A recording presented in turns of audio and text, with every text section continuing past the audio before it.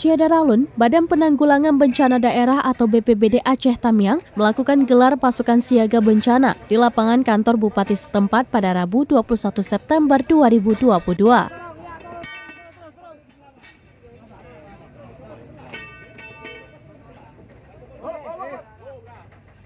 Apel akbar ini sebagai antisipasi cuaca ekstrim yang berpotensi terjadi di Aceh Tamiang.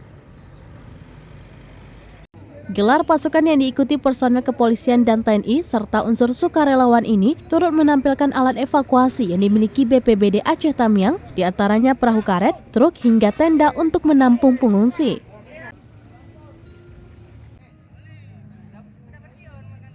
Dan Dim 0117 Aceh Tamiang Letkol Cizi Alfian Rahmat Purnama Sidi selaku pimpinan apel saat membacakan amanat Bupati Aceh Tamiang, Mursil. Apel ini bagian dari respon dari prediksi BMKG yang memperkirakan Aceh akan mengalami curah hujan cukup tinggi disertai angin kencang.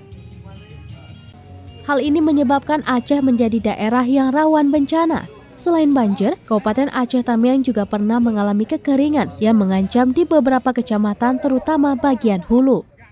Secara perlahan, persoalan kekeringan ini dapat teratasi dengan adanya penambahan jaringan air bersih yang telah disediakan PDAM Tirta Tamiang di wilayah hulu. Di akhir apel, Alfian menegaskan jajaran TNI akan mendukung penuh pemerintah daerah dalam menanggulangi bencana. Dukungan ini ditegaskannya sudah sesuai dengan tugas pokok dan fungsi TNI yang diatur dalam Undang-Undang Nomor 34 Tahun 2004.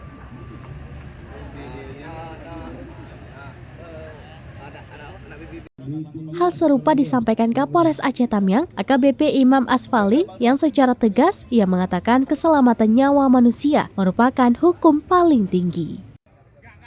Dari Aceh Tamiang, Rahma Wiguna, Serambi On TV.